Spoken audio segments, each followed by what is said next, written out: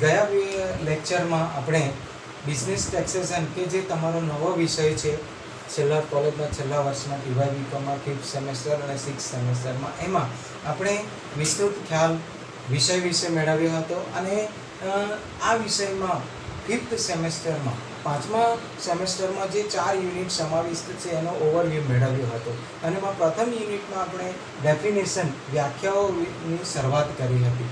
એમાં આપણે વિવિધ વ્યાખ્યાઓ જેવી કે પર્સન, એસએસસી, આવક, આકારણી વર્ષ, પાછલું વર્ષ, આકસ્મિક આવક આ બધા કન્સેપ્ટ મેળવ્યા હતા. જેમાં આપણા માટે ખૂબ અગત્યનો છે કે આ બધી વ્યાખ્યાઓ વિસ્તૃત રીતે સમજીએ તો જ આપણે આવકવેરાને અથવા તો બિઝનેસ ટેક્સેશન જે વિષય છે એને ખૂબ સારી રીતે સમજી શકીએ છીએ. તો પાછલું વર્ષ અને આકારણી વર્ષના કન્સેપ્ટ ફરી પાછો હું તમને સમજાવી દઉં કે આકારણી વર્ષ એટલે જે વર્ષની જોગવાઈઓને આધીન કરદાતાની પાછલા વર્ષની આવકને ગણતરી કરવામાં આવે છે, એની આવકવેરાની જવાબદારી નક્કી કરવામાં આવે છે અથવા કરપાત્રતા નક્કી કરવામાં આવે છે, તેને આકારણી વર્ષ તરીકે ઓળખવામાં આવે છે. આપણા સૌ માટે ચાલુ આકારણી વર્ષ એટલે 2020-21 જે 1 એપ્રિલ 2020થી શરૂ થઈ 31 માર્ચ 2021 પૂરું થશે. જ્યારે પણ આપણે દાખલા ગણીશું ત્યારે આ કન્સેપ્ટ બરાબર ધ્યાનમાં રાખજો કે આપણું આકારણી વર્ષ એટલે 1/4/2020થી 31/3/2021 આ વર્ષ દરમિયાનની જોગવાઈઓને આધીન આપણે પાછલા વર્ષની કરદાતાની આવકને ધ્યાનમાં લઈને એની કરપાત્રતા નક્કી કરીશું. તો સવાલ એ છે કે પાછલું વર્ષ એટલે શું? તો આકારણી વર્ષ શરૂ થયાના બરાબર 12 માસનો પહેલાનો સમયગાળો. આકારણી વર્ષ શરૂ થયાની બરાબર પહેલાનો 12 માસનો સમયગાળો એટલે પાછલું વર્ષ.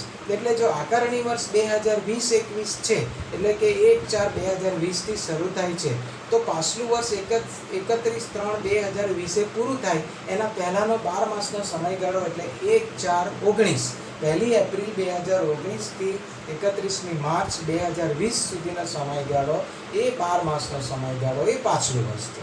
એટલે હંમેશા ધ્યાનમાં રાખવાનું આખું વર્ષ દરમિયાન દરેક દાખલા ગણતી વખતે પાછલું વર્ષ એટલે 2019-20. તો આપણે આ બધા કન્સેપ્ટ આકારણી વર્ષ, પાછલું વર્ષ, આકસ્મિક આવક, શખ્સ, પર્સન, વ્યક્તિ, એસએસસી, કરદાતા વગેરેના વ્યાખ્યાઓ સમજ્યા. હવે આ લેક્ચરમાં આપણે ખેતીની આવક, એગ્રીકલ્ચર ઇન્કમ, જે આવકવેરા ધારા મુજબ એનું અર્થઘટન શું થાય છે અથવા એની સમજ શું આપવામાં આવી છે તે સમજીશું. આમ તો રોજિંદા વ્યવહારમાં આપણે દરેક વ્યક્તિ ખેતીની આવક વિશે જાણીએ જ છીએ, સમજીએ જ છીએ, પરંતુ આવકવેરા ધારા મુજબ એનું અર્થઘટન જુદું થાય છે અને તે મુજબ આવકવેરા ધારાની કલમ 2 સબકલમ 1A માં ખેતીની આવક કોને ગણવી તે વિશે સ્પષ્ટતા કરવામાં આવી છે. તો ખેતીની આવક એટલે ભારતમાં આવી જમીન આવેલી હોવી જોઈએ. જે જમીન પર ખેતીની આવક થાય છે એ જમીન ભારતમાં સ્થિત હોવી જોઈએ. એનો અર્થ એવો થાય કે ભારતની બહાર ખેતીની જમીન આવી હોય અને એના ઉપર આવક મળી હોય, દાખલા તરીકે નેપાળમાં, ચીનમાં, બાંગ્લાદેશમાં, પાકિસ્તાનમાં કે અન્ય કોઈ પણ રાષ્ટ્રમાં, ભારત સિવાયના અન્ય રાષ્ટ્રોમાં આપણી કોઈ જમીન હોય અને એના પર આવક મેળવી હોય તો એ ભારતીય આવકવેરા ધારાની કલમ 2 સબકલમ 1A મુજબ ખેતીની આવક ગણાતી નથી, એ આવક કરપાત્ર બને છે. ભારતમાં ખેતીની આવક એ સંપૂર્ણપણે કરમુક્ત છે. આપણે સૌ જાણીએ છીએ કે ભારત એ ખેતી પ્રધાન દેશ છે અને ભારતની 70% વસ્તી, લગભગ 70% જેટલી વસ્તી આજે પણ ખેતી પર નભે છે અને એ ખેતીની આવક એ આવકનું મુખ્ય સાધન છે. તેથી કેન્દ્ર સરકાર એ ખેતીની આવક ઉપર કર લઈ શકતી નથી, પણ જે તે રાજ્ય ઈચ્છે તો એ ખેતીની આવક ઉપર કર મેળવી શકે છે. પરંતુ ભારતમાં કોઈ પણ નાગરિક પાસેથી ખેતીની આવક ઉપર કર લેવામાં આવતો નથી. મીન્સ કે ખેતીની આવક એ સંપૂર્ણપણે કરમુક્ત છે એમ કહી શકાય. હવે ખેતીની જમીન એ ભારતમાં આવેલી હોવી જોઈએ એ કલમ 2 સબકલમ 1A માં સમજાવવામાં આવ્યું છે. બીજું છે કે આવી જમીનનો ખેતીના હેતુ માટે ઉપયોગ થવો જોઈએ, એટલે કે એના પર પાક લેવાતો હોવો જોઈએ. એ સિવાય બીજા કોઈ હેતુ માટે જમીનનો ઉપયોગ થતો હોય, દાખલા તરીકે ઈંટ બનાવવા માટે, બ્રિક્સ ઇન્ડસ્ટ્રી, ઈંટના ભઠ્ઠાઓ દ્વારા ઈંટ પકાવવાનો ધંધો કરવામાં આવતો હોય, તો એમાંથી થતી આવક એ ખેતીની આવક ગણાતી નથી, કારણ કે એ જમીનનો ઉપયોગ ખેતીના હેતુ માટે કરવામાં આવતો નથી. એટલે બીજી કન્ડિશન આ વ્યાખ્યામાં જણાવી છે કે એ જમીનનો ખેતીના હેતુઓ માટે જ ઉપયોગ થયેલો હોવો જોઈએ. કલમ 2 સબકલમ 1 એમાં ખેતીની જે વ્યાખ્યા કરવામાં આવી છે, ખેતીની આવકનું, તે મુજબ ભારતમાં આવેલી જમીન હોવી જોઈએ જે ખેતીના હેતુ માટે ઉપયોગમાં લેવામાં આવતી હોય, અને તેમાંથી મળતું ભાડું કે મહેસૂલ એ ખેતીની આવક ગણાય છે. દાખલા તરીકે આ જે જમીન છે એમાંથી ગણોત તરીકે ભાડું મળતું હોય, તો એ ભાડું કે મહેસૂલ, રેવન્યુ, એ પણ અહીં ખેતીની આવક ગણવામાં આવે છે. આવી જમીનમાંથી ખેતીવાડીની પ્રક્રિયા દ્વારા આવક મેળવવામાં આવી હોય, તો એવી આવક પણ કલમ 2 સબકલમ 1 એ મુજબ એ ખેતીની આવક ગણાય છે. જેમ કે ચાના બગીચામાં ચાની પત્તી ઉછેરવામાં આવે છે, છોડ ઉપરથી ચાની પત્તી તોડીને એના પર પ્રોસેસ કરવામાં આવે છે. ચાની પત્તીને સીધો આપણે ઉપયોગમાં લઈ શકતા નથી, એટલે એને માનવ વપરાશ યોગ્ય બનાવવા માટે એના પર પ્રોસેસ કરવામાં આવે છે. એ પ્રોસેસ કરીને માર્કેટમાં, બજારમાં વેચીને જે આવક મેળવવામાં આવે છે એને પણ ખેતીની આવક તરીકે ઓળખવામાં આવે છે. આપણે સૌ એ બાબતથી વિદિત છીએ કે ઠંડા પ્રદેશોમાં અને ખાસ કરીને ઢોળાવવાળા પહાડી વિસ્તારોમાં, ઠંડા પ્રદેશોમાં ચાના બગીચાઓ ઉછેરવામાં આવે છે, અને એની પત્તીઓ તોડીને એના પર પ્રક્રિયા કરીને, કોફીના છોડ ઉછેરીને એના પર પ્રક્રિયા કરીને એને માનવ વપરાશ યોગ્ય બનાવવામાં આવે છે, અને બજારમાં વેચાણ દ્વારા આવક મેળવવામાં આવે છે. એ પણ આવકવેરા ધારાની કલમ 2 સબકલમ 1 એ મુજબ એ ખેતીની આવક તરીકે ઓળખાય છે. તો ખેત પેદાશમાં પ્રક્રિયા કરીને જે આવક મેળવવામાં આવે છે, એના ખેત પેદાશ ઉપર પ્રક્રિયા કરીને એના વેચાણમાંથી જે આવક મેળવવામાં આવે છે એને પણ ખેતીની આવક કહેવામાં આવે છે. ત્યાર પછી ખેતી વિષયક મકાન, જેને આપણે ફાર્મ હાઉસ કહીએ છીએ. વર્તમાન સમયમાં એબો મિડલ ક્લાસ કે ધનવાન વર્ગ જે છે એ પોતાનું મકાન સિટી એરિયામાં હોય, સાથે સાથે ગ્રામ્ય વિસ્તારમાં કે એગ્રીકલ્ચરલ લેન્ડ ખરીદીને એમાં પોતાનું ફાર્મ હાઉસ બનાવતો હોય છે. તો એ ફાર્મ હાઉસ દ્વારા પણ એને કોઈ આવક થઈ હોય, તો એ આવક એ ખેતીની આવક ગણાય છે. પરંતુ શરત એ છે કે ફાર્મ હાઉસ એ પોતાનું માલિકીનું હોવું જોઈએ, કબજામાં હોવું જોઈએ, અને એ જે મકાન છે, ફાર્મ હાઉસ છે, એ જમીન મહેસૂલ કે સ્થાનિક વેરાની આકારણી એના પર થતી હોવી જોઈએ. તો એ ફાર્મ હાઉસ દ્વારા મેળવેલી આવક એ ખેતીની આવકમાં સમાવેશ કરવામાં આવે છે. જો જમીન મહેસૂલ કે સ્થાનિક વેરાની આકારણી જો ન થતી હોય, તો એના માટે નિયમ છે કે જમીન પાછલા વર્ષની શરૂઆતની તારીખે છેલ્લામાં છેલ્લી વસ્તી ગણતરી મુજબ 10,000 કે તેથી વધુ વસ્તીવાળા શહેરી વિસ્તારની કે નોટિફાઈડ કેન્ટોનમેન્ટ બોર્ડની હદ બહાર આવેલી હોવી જોઈએ, તો એના પર આકારણી કરવાને આવતી નથી. એટલે કે સરળ ભાષામાં કહીએ તો જે જમીનમાં ફાર્મ હાઉસ આવેલું છે, અથવા તો જે જમીન આવેલી છે એને ખેતીની જમીન ગણવા માટે શહેરી વિસ્તાર કે જેની વસ્તી 10,000થી ઓછી છે, તો એ શહેરી વિસ્તારથી 2 કિલોમીટરની અંદર જો એ જમીન આવેલી હોય તો એ ખેતીની જમીન ગણાતી નથી, અને એવી જમીન પર આવેલું ફાર્મ હાઉસ એ પર મેળવેલી આવક પણ ખેતીની આવક ગણાતી નથી. એનાથી વિરુદ્ધ વાત કરીએ, ઉલટો કન્સેપ્ટ જોઈએ, તો 10,000થી ઓછી વસ્તીવાળા વિસ્તારમાં 2 કિલોમીટરથી દૂર જો જમીન આવેલી હોય, અથવા તો ફાર્મ હાઉસ આવેલું હોય અને એના પર આવક થતી હોય, તો એ ખેતીની આવક ગણાય છે. 10,000થી વધુ વસ્તી હોય, 10,000થી વધુ વસ્તી અને 1 લાખથી ઓછી વસ્તીવાળો વિસ્તાર હોય, તો એ વિસ્તારથી 6 કિલોમીટરની અંદર જો ખેતીની જમીન આવેલી હોય, અથવા તો જમીન આવેલી હોય, અથવા ફાર્મ હાઉસ આવેલી હોય અને એના પર આવક થઈ હોય, તો એ ખેતીની આવક ગણાતી નથી, અને એ આવક કરપાત્ર ગણવામાં આવે છે. પરંતુ જો 6 કિલોમીટરથી દૂર ના વિસ્તારમાં એ જમીન આવેલી હોય, તો એ જમીન એ ખેતીની જમીન ગણાય છે. એના પર મેળવેલી આવક અથવા તો એના પર ઊભું કરવામાં આવેલું ફાર્મ હાઉસની આવક એ ખેતીની આવક ગણવામાં આવે છે અને એ ટેક્સેબલ ગણાતી નથી. ત્રીજો પ્રશ્ન એ થાય કે જો 1 લાખથી વધુ વસ્તી હોય તો 1 લાખથી વધુ વસ્તીવાળા વિસ્તારમાંથી 8 કિલોમીટરથી દૂર આવું ફાર્મ હાઉસ આવેલું હોય ખેતીની જમીન ઉપર, અથવા તો જમીન આવેલી હોય કે જેનો ખેતીના હેતુ માટે ઉપયોગ થતો હોય, તો એ જમીનમાંથી મેળવેલી આવક કે જેનો ખેતીના હેતુ માટે ઉપયોગ કરવામાં આવે છે અથવા એ જમીન પર ઊભું કરવામાં આવેલું ફાર્મ હાઉસ કે એની આવક એ ખેતીની આવક ગણાય છે. એટલે 10 લાખથી વધુ વસ્તી હોય તો 8 કિલોમીટરની અંદર જો જમીન કે ફાર્મ હાઉસ આવેલી હોય તો એના પર મેળવેલી આવક એ ખેતીની આવક ગણવામાં આવતી નથી. તો આ શહેરી વિસ્તારની મર્યાદાઓ છે. વસ્તીને આધારે 10,000થી ઓછી વસ્તી હોય તો 2 કિલોમીટર, 10,000થી વધુ અને 1 લાખ સુધીની વસ્તી હોય તો 6 કિલોમીટરની મર્યાદા છે, અને 1 લાખથી વધુ વસ્તી હોય 1 લાખથી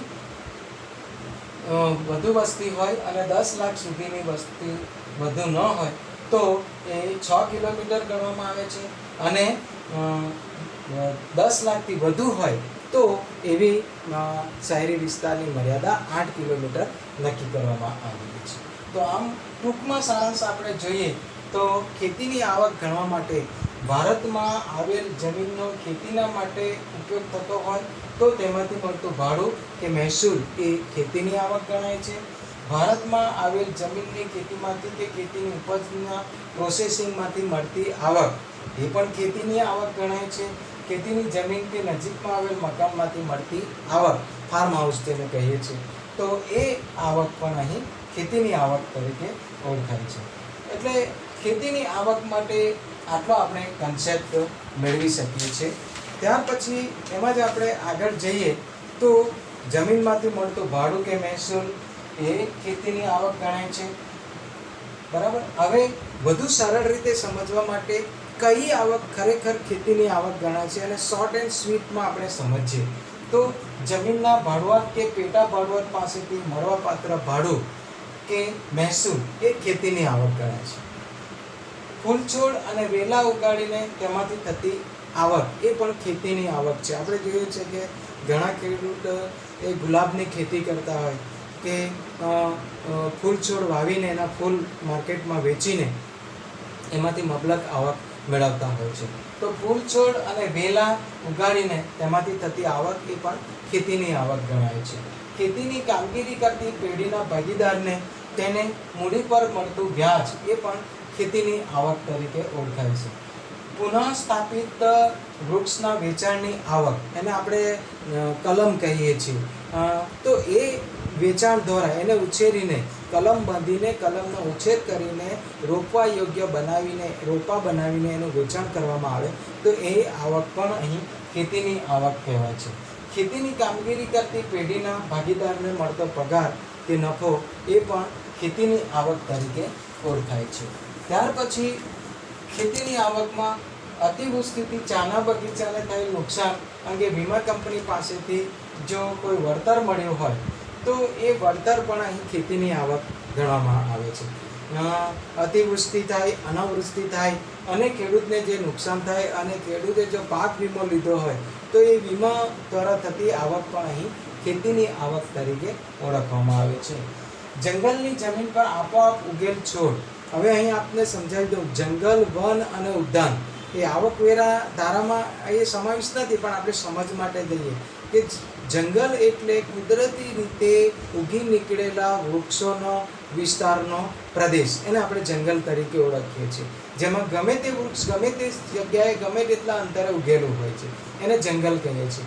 વન એટલે માનવ પ્રયાસો દ્વારા ઉછેરવામાં આવેલ વૃક્ષોનો પ્રદેશ એને વન કહીએ છીએ, જેમાં વૃક્ષો વચ્ચે ચોક્કસ અંતર હોય છે. અને ઉદ્યાન, બાગ એ પણ માનવ પ્રયાસો દ્વારા વિવિધ ફૂલ છોડ ઉગાડીને કરવામાં આવતું હોય છે. તો જંગલ, વન અને ઉદ્યાન એટલે કે બાગ, બગીચા એ ત્રણેયનો ખ્યાલ, કન્સેપ્ટ જુદો જુદો છે. આવકવેરા ધારાની કલમ 2 સબકલમ 1 એ મુજબ જંગલના જે આપમેળે ઉગી નીકળેલા વૃક્ષો છે એ વૃક્ષોનું ને વેચાણ દ્વારા પણ જે આવક થાય એ ખેતીની આવક કહેવાય છે. જંગલને જે આ પશુઓને જંગલમાં ચરાવવા માટે છૂટ આપવામાં આવે અને એના ચારણ દ્વારા જે કંઈક આવક થાય એ પણ ખેતીની આવક તરીકે ઓળખવામાં આવતી હોય છે. ગલ્ફના મેદાન માટે ખાસ પ્રકારનું ઘાસ ઉગાડીને તેનું વેચાણ કરવામાં આવે તો એ ઘાસના વેચાણની આવક પણ ખેતીની આવક કહેવામાં આવે છે. ખાસ કરીને અત્યારનો કન્સેપ્ટ એ છે, ટ્રેન્ડ એ છે કે લોન ઉગાડવામાં આવે છે અને એ લોન ખેતરમાં ઉગાડીને લોનનું ઘાસ એ કોઈના ઘરનું આંગણું શોભાવવા માટે એને વેચાણ કરવામાં આવે. અથવા તો શારજહાંનું જે મેદાન છે કે જે આખું ગલ્ફ કન્ટ્રીમાં આવેલું છે, તો ગલ્ફ કન્ટ્રીમાં શારજહાંનું મેદાન ઊભું કરવા માટે આવા જ પ્રકારના વિશિષ્ટ પ્રકારના ઘાસ ખેતરમાં ઉગાડીને એનું ત્યાં વેચાણ કરવામાં આવે છે અને ત્યાં આખું મેદાન ઊભું કરવામાં આવે છે. તો આવા વિશિષ્ટ પ્રકારના લોનના ઘાસ ઉગાડીને એનું વેચાણ કરવામાં આવે તો એ પણ ખેતીની આવક તરીકે ઓળખવામાં આવે છે. નર્સરીમાં ઉગાડેલ છોડ અને ક્યારાના વેચાણની આવક એ પણ ખેતીની આવક તરીકે ઓળખવામાં આવે છે. મલબરી લીવ્સ એક પ્રકારના લીવ્સ છોડ ઉગાડવામાં આવે છે અને એમાંથી થતી આવક એ પણ ખેતીની આવક કહેવામાં આવે છે. બિયા સીડ્સના વેચાણની આવક, જેને આપણે બિયારણ પણ કહી શકીએ, અને એ સીડ્સના વેચાણ દ્વારા થતી આવક એ પણ આવકવેરા ધારાની કલમ 2 સબકલમ 1A મુજબ ખેતીની આવક ગણવામાં આવે છે. બંબુ ઉગાડીને તેના વેચાણમાંથી થતી આવક, બંબુ એને આપણે શુદ્ધ ગુજરાતીમાં વાંસ પણ કહી શકીએ, જે ખૂબ ઝડપથી મોટા થઈ જાય છે, ઉછરી જાય છે અને એનું વેચાણ કરીને પણ અહીં આવક મેળવવામાં આવે એ ખેતીની આવક છે એમ કહી શકાય. ખેતીની આવક, એગ્રીકલ્ચર ઇન્કમ સમજવા માટે આપણે કઈ આવક ખેતીની આવક ગણાતી નથી એ ખૂબ ટૂંકમાં સમજીએ તો ખાણની કે રોયલ્ટીની આવક અને પથ્થરોના ખાણની આવક એ ખેતીની આવક કહેવામાં આવતી નથી. પથ્થરની ખાણ હોય કે લોખંડની ખાણ હોય, સોનાની ખાણ હોય, હીરાની ખાણ હોય, તો આ ખાણની જે જમીન છે એ જમીનની રોયલ્ટી દ્વારા થતી આવક, કોલસાની ખાણ હોય તો એની રોયલ્ટીની આવક એ ખેતીની આવકમાં સમાવેશ થતી નથી. માછલા પકડવામાં થતી આવક, ગ્રામ્ય વિસ્તારોમાં ખાસ કરીને ખેતીની જમીન ઉપર સરોવર, તળાવ બનાવવામાં આવે છે અને એમાં માછલીનો ઉછેર કરવામાં આવે છે, ઝીંગાનો ઉછેર કરવામાં આવે છે, વિવિધ પ્રકારની માછલીઓ ઉછેરવામાં આવે છે અને એના વેચાણ દ્વારા જો આવક થાય તો એ ખેતીની આવકમાં સમાવેશ થતી નથી. ત્યાર પછી ઈંટો બનાવવા માટે માટીનું વેચાણ કરવામાં આવે છે તો એ માટીના વેચાણથી થતી આવક પણ એ ખેતીની આવક ગણાતી નથી. સિંચાઈના હેતુ માટે પૂરા પાડવામાં આવેલા પાણીમાંથી થતી આવક એ પણ ખેતીની આવક ગણાતી નથી. ડેરી ફાર્મિંગ, ઢોર ઉછેરની જે પ્રવૃત્તિ છે અને એના દ્વારા જે આવક થાય એ પણ ખેતીની આવકમાં સમાવેશ થતી નથી. પોલ્ટ્રી ફાર્મ, ઘણી વખત જમીન ઉપર પોલ્ટ્રી ફાર્મ, મરઘા ઉછેર કેન્દ્ર, પોલ્ટ્રી ફાર્મ શરૂ કરવામાં આવે અને એમાં જે આવક થાય છે એ પણ ખેતીની આવકમાં સમાવેશ થતી નથી. ત્યાર પછી જંગલમાં આપમેળે ઉગી નીકળેલા વૃક્ષોમાંથી થતી આવક એ પણ ખેતીની આવક ગણાતી નથી. અહીં સ્પષ્ટતા ફરી કરી દઉં કે જંગલમાં ઢોરો ચરાવવા માટે છૂટ આપવામાં આવે અને એની આવક મેળવવામાં આવે તો એ ખેતીની આવક છે, પણ જંગલમાં આપમેળે ઉગી નીકળેલા વૃક્ષોમાંથી આવક થાય તો એ ખેતીની આવક ગણાતી નથી. આ કન્સેપ્ટ બરાબર ધ્યાનમાં રાખજો. ખેતીવાડી ફાર્મના મેનેજર તરીકે મળતી આવક, તો મેનેજરને જે આવક થાય છે એ પગારની આવકમાં સમાવેશ કરવામાં આવે છે, એ ખેતીની આવકમાં ગણવામાં આવતી નથી. પરદેશમાંથી મળેલી ખેતીની આવક, અગાઉ આપણે જોયું કે ભારતમાં સ્થિત ખેતી હોવી જોઈએ, ભારતમાં સ્થિત જમીન હોવી જોઈએ, પણ ભારતની બહાર કોઈ પણ દેશમાં ખેતીની જમીન હોય અને ખેતીની આવક મેળવી હોય તો એ એગ્રીકલ્ચર ઇન્કમ ગણાતી નથી. એટલે ભારતની બહારથી મળેલ ખેતીની આવક એ ખેતીની આવક ગણાતી નથી. ખેતીવાડીનો ધંધો કરતી કંપની પાસેથી મળેલ ડિવિડન્ડ, તો એ ડિવિડન્ડ પણ અહીં ખેતીની આવક ગણાતું નથી. ડિવિડન્ડ એ આવકનો કન્સેપ્ટ આપણે 6થા સેમેસ્ટરમાં છેલ્લા યુનિટમાં વિસ્તૃત રીતે સમજીશું. ત્યાર પછી ઊભી ફસલ ખરીદીને વેચવાથી થતો નફો એ પણ અહીં ખેતીવાડીની આવકમાં સમાવેશ કરવામાં આવતો નથી. ખેતીવાડીની જમીનના બાકી ભાડા પર મળતું વ્યાજ, એ વ્યાજની આવક અન્ય સાધનોના શીર્ષક હેઠળ કરપાત્ર બને છે. આ ખેતીની આવકમાં એને સમાવેશ કરવામાં આવતું નથી. અન્ય સાધનોના શીર્ષક હેઠળની આવકો આપણે છઠ્ઠા સેમેસ્ટરમાં છેલ્લા યુનિટમાં વિસ્તૃત રીતે ભણીશું. પણ વ્યાજ કે ડિવિડન્ડ સ્વરૂપે મળેલી આવક એ ખેતીની આવકમાં ગણવામાં આવતી નથી, તેમાં સમાવેશ થતી નથી. અનાજ દળવાની ઘંટીની જગ્યા અને લાકડું સ્ટોર કરવા માટે ભાડે આપેલ જમીન હોય અને એ જમીન ઉપર ભાડું મળે તો એવું જમીનનું ભાડું પણ ખેતીની આવકમાં સમાવેશ થતું નથી, એ ખેતીની આવક ગણાતી નથી. દરિયાના પાણીમાંથી બનાવેલ મીઠાના વેચાણનો નફો, દરિયા કિનારાની જે જમીનો છે જેને આપણે ખારપટ વિસ્તાર કહીએ છીએ, એ જ્યારે દરિયામાં ભરતી આવે ત્યારે એના ક્યારા બનાવીને પાણી સ્ટોર કરી લે છે અને એ દરિયાનું ખારું પાણી સૂકવીને, સૂર્યના તાપમાં સૂકવીને એ ઠરે છે ત્યારે એક સારી મીઠાનું સ્વરૂપ ધારણ કરે છે.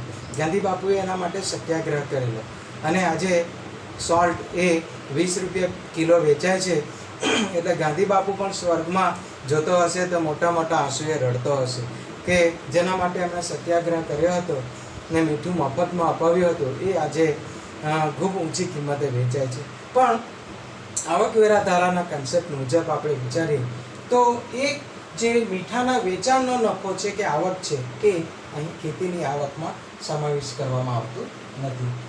નાના ધીરદારને વ્યાજની રકમ ખેતીની પેદાશના રૂપમાં મળે તો એ તે આવક પણ ખેતીની આવક ગણાતી નથી. અગાઉ આપણે સમજ્યા કે વ્યાજની આવક એ અહીં ખેતીની આવકમાં સમાવેશ થતી નથી. બિન ખેતીના હેતુઓ માટે ભાડે આપેલ ફાર્મ હાઉસના ભાડું, જો બિન ખેતી માટે ફાર્મ હાઉસ ભાડે આપ્યું હોય તો એ ભાડાની આવક પણ ખેતીની આવકમાં સમાવેશ થતી નથી.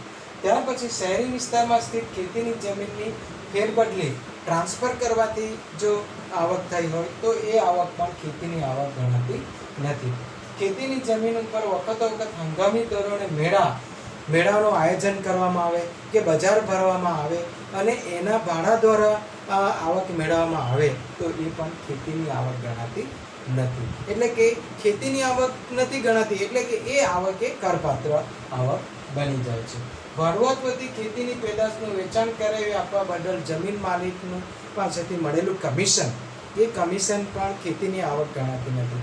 કમિશન, બોનસ આ પગારના શીર્ષક હેઠળ કરપાત્ર થતી આવક છે, જે આપણે ત્રીજા યુનિટમાં પગારની આવકમાં આ વિસ્તૃત રીતે સમજીશું. પણ ટૂંકમાં કમિશન મળ્યું હોય તો એ ખેતીની આવક ગણાતી નથી, એ પગારના શીર્ષક હેઠળ કરપાત્ર થતી આવક છે. બોનસ મળ્યું હોય તો એ બોનસ પણ ખેતીની આવક ગણાતી નથી, એ પગારના શીર્ષક હેઠળ કરપાત્ર થતી આવક છે એમ કહી શકાય. ખેતીની જમીનની ફેરબદલીના આવેશમાં મળતી વર્ષાસનની રકમ પણ ખેતીની આવકમાં ગણાતી નથી. જંગલમાં આપમેળે ઉગી નીકળેલા ઘાસ, ફળ, ફૂલના વેચાણમાંથી થતી આવક એ પણ ખેતીની આવક ગણાતી નથી. તો ખેતીની આવકમાં આપણે વિસ્તૃત રીતે આટલો કન્સેપ્ટ મેળવ્યો છે. કઈ આવક ખેતીની આવક ગણાય અને કઈ આવક ખેતીની આવક ગણાતી નથી તેના વિશે આપણે વિસ્તૃત સમજ મેળવ્યું. ભારતમાં આપણે ખેતીની આવક એ આવકનું મુખ્ય સાધન છે, એટલે આના વિશે વારંવાર પ્રશ્નો પરીક્ષામાં પૂછાતા હોય છે. વિસ્તૃત રીતે આપણે એને પરીક્ષામાં લખી શકીએ છીએ. ત્યાર પછી કંપની એ આપણા કન્સેપ્ટ મુજબ યુનિટમાં બીજો કન્સેપ્ટ છે કંપની, જેની સમજ આવકવેરા ધારાની કલમ 2 સબકલમ 17માં કંપની શબ્દમાં કઈ બાબતનો સમાવેશ થાય છે તેની સમજ આપવામાં આવી છે. તો કંપની એટલે કોઈ પણ ભારતીય કંપની. આપ સૌ એ વાત જાણો છો કે ભારતમાં ભારતીય કંપની ધારો 1956નો અમલમાં છે. ભારતીય 1956નો કંપની ધારો ભારતીય કંપની માટે લાગુ પડે છે. તો તે મુજબ ભારતમાં સ્થપાયેલી કંપની હોય તો એ રજિસ્ટર્ડ થયેલી હોય, નોંધાયેલી હોય તો તેનો સમાવેશ કંપની તરીકે આવકવેરા ધારાની કલમ 2 સબકલમ 17 મુજબ થાય છે. પરદેશના કાયદા હેઠળ સ્થપાયેલી કંપની હોય તો તે પણ ભારતમાં સ્થપાયેલી છે અને તો તેને કંપની તરીકે આવકવેરા ધારાની કલમ 2 સબ કલમ 17 મુજબ ગણવામાં આવે છે.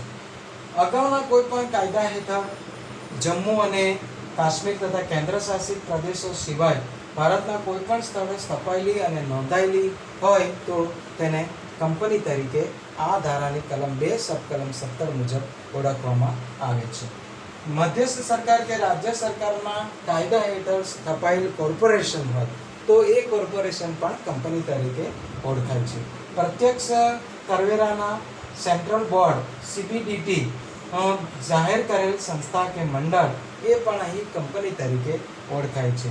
જમ્મુ અને કાશ્મીરમાં કોઈ પણ પ્રવર્તમાન કાયદા હેઠળ સ્થપાયેલી કંપની હોય. આપણો દેશ એ વિવિધતાથી ભરેલો છે.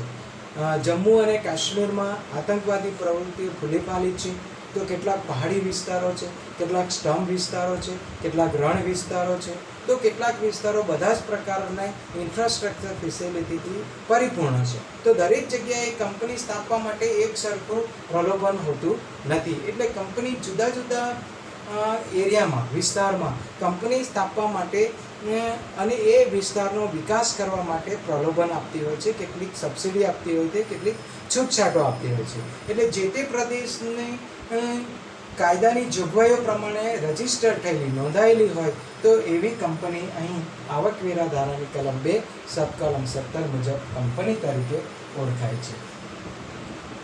કેન્દ્ર શાસિત પ્રદેશો દીવ, દમણ, ગોવા વગેરે આપ સૌ જાણો છો, કોઈ પણ પ્રવર્તમાન કાયદા હેઠળ કંપની સ્થપાઈ હોય તો એને પણ અહીં કંપની તરીકે ઓળખવામાં આવે છે. તો કંપની વિશે આવકવેરા ધારા મુજબ અહીં આપણો ખ્યાલ જરૂરી છે. ત્યાર પછી ડિવિડન્ડની આવક એ ખાસ કરીને શેરમાં રોકાણ કરનારા માટે હોય છે અને ડિવિડન્ડની આવક પણ નો કન્સેપ્ટ પણ આપણે આ વિષયને સમજવા માટે ખૂબ અગત્યનો છે. તો આવકવેરા ધારાની કલમ 10 સબ કલમ 33 મુજબ એ વર્ષ 2002-3 સુધી ડિવિડન્ડની આવક કરમુક્ત હતી. ત્યાર પછી વર્ષ 2003-4માં એને ફરી પાછી કરપાત્ર બનાવવામાં આવી અને ત્યાર પછી 2004-5ના વર્ષથી એ ડિવિડન્ડની આવક એ સંપૂર્ણપણે કરમુક્ત ગણવામાં આવી છે. અને આવકવેરા ધારાની કલમ 2 સબ કલમ 22માં ડિવિડન્ડ એટલે શું તેની સમજ આપવામાં આવી છે. તે મુજબ કંપનીએ એકત્રિત કરેલો નફો, હવે ડિવિડન્ડ એટલે ઇક્વિટી શેર હોલ્ડરો કે જે ઇક્વિટી શેરમાં રોકાણ કરે છે, પ્રેફરન્સ શેર હોલ્ડરો કે જે પ્રેફરન્સ શેરમાં રોકાણ કરે છે, એ લોકોને વળતર સ્વરૂપે ડિવિડન્ડ આપવામાં આવે છે. તો ડિવિડન્ડ શામાંથી આપવામાં આવે છે? કંપની જ્યારે નફો કરે ત્યારે એ નફો પોતાના શેર હોલ્ડરોને, ઇક્વિટી શેર હોલ્ડરો કે જે કંપનીના માલિકો છે એને વળતર ચૂકવે છે. એટલે એકત્રિત કરેલા નફામાંથી જો કોઈ ચૂકવણી કરે તો તે આવકવેરા ધારાની કલમ 2 સબ કલમ 22 મુજબ એને ડિવિડન્ડ તરીકે ઓળખવામાં આવે છે. જો બોનસ શેર તરીકે કંપની અહીં ડિવિડન્ડ આપે તો અથવા તો મિલકતની વહેંચણી કરતી હોય તો તેનો સમાવેશ અહીં ડિવિડન્ડમાં કરવામાં આવતો નથી. ડિવેન્ચર હોલ્ડરો કે જેને વળતર સ્વરૂપે વ્યાજ ચૂકવવામાં આવે છે, આ વ્યાજ સહિત ડિવેન્ચર કે ડિવેન્ચર સ્ટોક કે ડિવેન્ચર સર્ટિફિકેટ આપવામાં આવે તો તેને પણ અહીં ડિવિડન્ડ તરીકે ઓળખવામાં આવે છે. પ્રેફરન્સ શેર હોલ્ડરોને જો બોનસ શેર આપવામાં આવ્યા હોય અને આ વહેંચણી કંપની એકત્રિત કરેલા નફામાંથી કરી હોય તો ત્યારે તેને પણ ડિવિડન્ડ તરીકે ઓળખવામાં આવે છે. તો આ ડિવિડન્ડનો કન્સેપ્ટ છે. ટૂંકમાં આપણે કહીએ તો ડિવિડન્ડ એ શબ્દનો અર્થ ઘણો વિશાળ છે. એ ખૂબ ટૂંકમાં આપણે કહીએ તો કંપનીએ એકત્રિત કરેલા નફામાંથી ઇક્વિટી શેર હોલ્ડરો અને પ્રેફરન્સ શેર હોલ્ડરોને જે વળતર સ્વરૂપે ચૂકવણી કરે છે એને આપણે ડિવિડન્ડ તરીકે આવકવેરા ધારાની કલમ 2 સબ કલમ 22 મુજબ આપણે ઓળખાવી શકીએ છીએ. ત્યાર પછીનો કન્સેપ્ટ છે ટોટલ ગ્રોસ ઇન્કમ, કુલ ગ્રોસ આવક, કલમ 14 મુજબ આપણે સમજીશું અને એ કન્સેપ્ટ પણ ખૂબ અગત્યનો છે.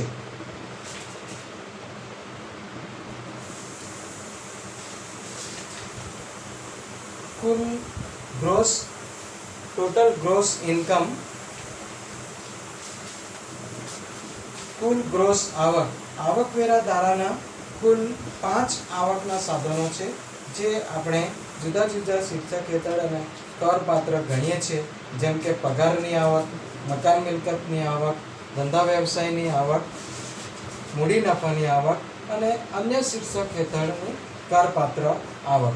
તો અહીં આ બધા જ સાધનો દ્વારા થયેલી જે આવક છે એ આવકવેરા ધારાની કલમ 14 મુજબ આ પાંચેય સાધનો દ્વારા મેળવેલી આવક એ કુલ ગ્રોસ આવક તરીકે ઓળખાય છે. ફરી આપણે ખૂબ સરળ રીતે સમજી લઈએ તો આવકવેરા ધારા મુજબ કોઈ પણ વ્યક્તિ 5 સાધનો દ્વારા આવક મેળવે છે, જેને આવક તરીકે ઓળખવામાં આવે છે. પગારની આવક, મકાન મિલકતની આવક, ધંધા વ્યવસાયની આવક, મૂડી નફાની આવક અને આ 4 સાધનોમાં જે અથવા તો આ ચારેય શીર્ષકોમાં જેનો સમાવેશ નથી થતો એવી આવક જેને અન્ય સાધનોમાંથી મળેલી આવક ગણવામાં આવે છે. આ પાંચેય શીર્ષક હેઠળ મેળવેલી આવક એનો કુલ સરવાળો કરીશું એ કુલ ગ્રોસ આવક તરીકે આવકવેરા ધારાની કલમ 14 મુજબ એ કુલ ગ્રોસ આવક, ટોટલ ગ્રોસ ઇન્કમ તરીકે ઓળખવામાં આવે છે. હજુ આપણે સરળ કરીએ તો બધા શીર્ષકોની ચોખ્ખી આવકોનો સરવાળો કરતા જે રકમ મળે તેને કુલ ગ્રોસ આવક કહેવામાં આવે છે. કુલ ગ્રોસ આવક એટલે કલમ 80C થી લઈને કલમ 80U મુજબની બધી રકમો બાદ કર્યા પહેલાની કુલ રકમ, કુલ આવક. આવકવેરાની કરપાત્રતા અથવા આવકવેરો નક્કી કરવા માટે જુદી જુદી રાહતો કુલ આવકમાંથી બાદ કરવામાં આવે છે, જેની આપણે વિસ્તૃત સમજ હવે પછીના યુનિટમાં સમજીશું. કલમ 80C હેઠળ કઈ કપાતો બાદ મળે છે, 80G, 80D, 80E અને 80U આ જુદી જુદી કલમો હેઠળ કઈ રકમો બાદ મળે છે, એના માટે શું રોકાણ જરૂરી છે તે કન્સેપ્ટ આપણે હવે પછીના લેક્ચરમાં સમજીશું.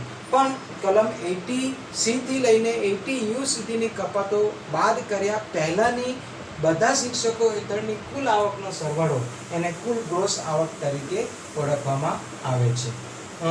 ત્યાર પછી વધુ સરળ હજુ કરીએ તો કુલ ગ્રોસ આવક એટલે કપાતો બાદ કર્યા પહેલાની કલમ બધા જ મટાડા હેઠળની આવકોનો સરવાળો કર્યા પછી તેમાંથી કેટલીક ચાલુ વર્ષની નુકસાની હોય તો એ નુકસાનીની રકમ અથવા તો પાછલા વર્ષની આગળ ખેંચેલી કોઈ ખોટ હોય, નુકસાની હોય તો તે બાદ કરીને જે આવક મળે એને કુલ ગ્રોસ આવક કહેવામાં આવે છે. દાખલા તરીકે મકાન મિલકતની આવકમાં કોઈ કરદાતા પાસે એકથી વધારે મકાન હોય તો કોઈ એક મકાનમાં એને આવક થઈ હોય ભાડા સ્વરૂપે અને કોઈ એક મકાનમાં નુકસાન થયું હોય તો આવકમાંથી નુકસાનની રકમ બાદ કર્યા પછી ખરેખર જે ચોખ્ખી આવક થાય છે એ આવકને અહીં કુલ ગ્રોસ આવકમાં આપણે ધ્યાનમાં લઈશું. એટલે કુલ ગ્રોસ આવક ગણતી વખતે કુલ આવકના સરવાળામાંથી ચાલુ વર્ષની નુકસાનીની રકમ અથવા પાછલા વર્ષની આગળ ખેંચેલી ખોટ અથવા નુકસાનની રકમ બાદ કરવામાં આવે છે.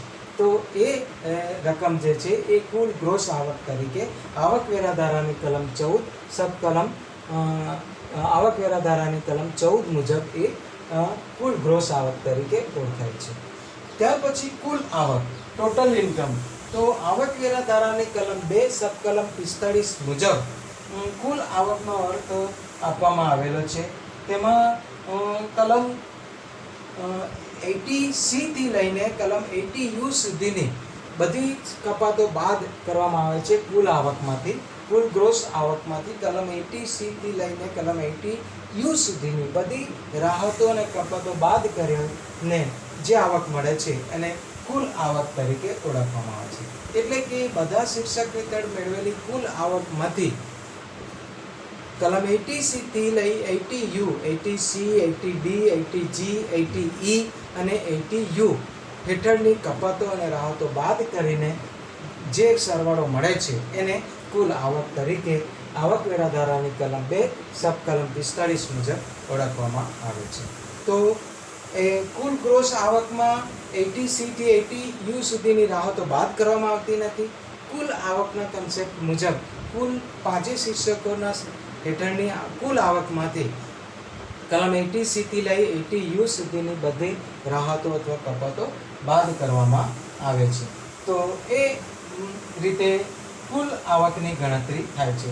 કુલ આવકની ગણતરી કરવા માટેની કેટલીક સ્પષ્ટતા હજુ પણ થઈ શકે છે કે કર ભરનાર શખ્સનું પાછલું વર્ષ નક્કી હોવું જોઈએ. આપણે સૌ જાણીએ છીએ કે પાછલા વર્ષની આવકને ધ્યાનમાં રાખીને ચાલુ વર્ષ આકારણી વર્ષની જોગવાઈઓના આધીન કરદાતાની કરપાત્રતા નક્કી કરવામાં આવતી હોય છે. એટલે પાછલું વર્ષ નક્કી હોવું જોઈએ, કર ભરનાર વ્યક્તિના રહેઠાણનો દરજ્જો નક્કી હોવો જોઈએ. કર ભરનારનો રહેઠાણનો દરજ્જો રહીશ પરંતુ સામાન્ય રહીશ નહીં, રહીશ અને સામાન્ય રહીશ, અને ત્રીજો દરજ્જો છે બિન રહીશ, જે આપણે બીજા યુનિટમાં હવે પછીના લેક્ચરમાં સમજીશું.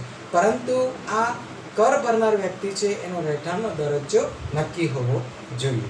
તેના આધારે એની કુલ આવક નક્કી થતી હોય છે. કેટલી આવક કરપાત્ર બને છે તે ગણવામાં આવે છે. જુદા જુદા આવકના શીર્ષક હેઠળ પગારની આવક, મકાન મિલકતની આવક, ધંધા વ્યવસાયની આવક, મૂડી નફાની આવક, અને જે આવકનો સમાવેશ આ ચારેયમાં થતો નથી તો એને અન્ય સાધનોના શીર્ષક હેઠળની કરપાત્ર આવક ગણવામાં આવે છે. તો એ બધા જ શીર્ષક હેઠળની આવક ગણીને તેનો સરવાળો કરીને કુલ સરવાળો કરીને બધી રાહતો બાદ કરવામાં આવે છે. કલમ 80C થી લઈ 80U સુધીની એને આપણે કુલ આવક તરીકે અહીં સમજવામાં આવે છે. આ સરવાળામાંથી કોઈપણ મટાડા હેઠળની ખોટ અને અગાઉના 8 વર્ષની આગળ ખેંચાયેલી ધંધાકીય ખોટ વગેરેને રકમ બાદ કરવામાં આવે છે. જેમ મેં અગાઉ સમજાવ્યું તેમ મકાન મિલકતની આવકમાં એક કરતાં વધારે મકાન હોય તો કોઈ મકાનમાં નફો થતો હોય અથવા ભાડા સ્વરૂપે આવક થતી હોય, બીજા મકાનમાં ખોટ જતી હોય તો આવી ખોટ એ કુલ આવકમાંથી બાદ કરવામાં આવે છે અને પછીની આવક એ કુલ આવક તરીકે ધ્યાનમાં લેવામાં આવે છે. કુલ કરપાત્ર આવક પર સંબંધિત આકારણી વર્ષને લગતા દરને ધ્યાનમાં લઈને આવકવેરો નક્કી કરવામાં આવે છે. ચાલુ વર્ષે આપણે જોઈએ તો 3 લાખ સુધીની આવક એ કરમુક્ત છે. 3 લાખથી 5 લાખ સુધીની આવક હોય તો 5% ટેક્સ છે. 5 લાખથી 10 લાખ ઉપર 3 લાખથી 5 લાખ ઉપર 10%, 5 લાખથી 10 લાખ ઉપર 20% ટેક્સ છે અને 10 લાખની વધુ આવક ઉપર 30% ટેક્સનો રેટ છે. તો આ રેટને ધ્યાનમાં રાખીને, આવકવેરાના દરને ધ્યાનમાં રાખીને એને વેરો નક્કી કરવામાં આવતો હોય છે અને એ આવકવેરો એસએસસીએ ભરવાનો થતો હોય છે. તો આજે આપણે આ 4 કન્સેપ્ટ મેળવ્યા.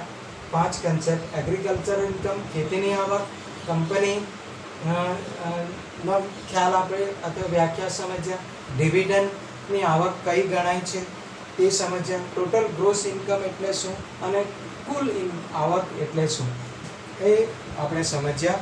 તો આ બધા વિવિધ વ્યાખ્યાઓ અથવા તો વિવિધ પદો, ટર્મ્સની સમજૂતી આપણા માટે ખૂબ અગત્યની છે, કારણ કે આવકવેરાની ગણતરી ખૂબ અટપટી છે અને એને વધુ સારી રીતે ગણતરી કરવા માટે અથવા કઈ આવક કયા શીર્ષક હેઠળ કરપાત્ર બને છે તે વધુ સરળ રીતે સમજવા માટે આ વિવિધ પદો કે વ્યાખ્યાઓ સમજવી ખૂબ જરૂરી છે. તો પહેલું યુનિટ આપણે વિવિધ વ્યાખ્યાઓનો અહીં સમજ્યા અને એ આપણે આગામી યુનિટ સમજવા માટે પણ ખૂબ અગત્યનું છે. તો આ બધા કન્સેપ્ટ તમે બરાબર ધ્યાનમાં રાખશો.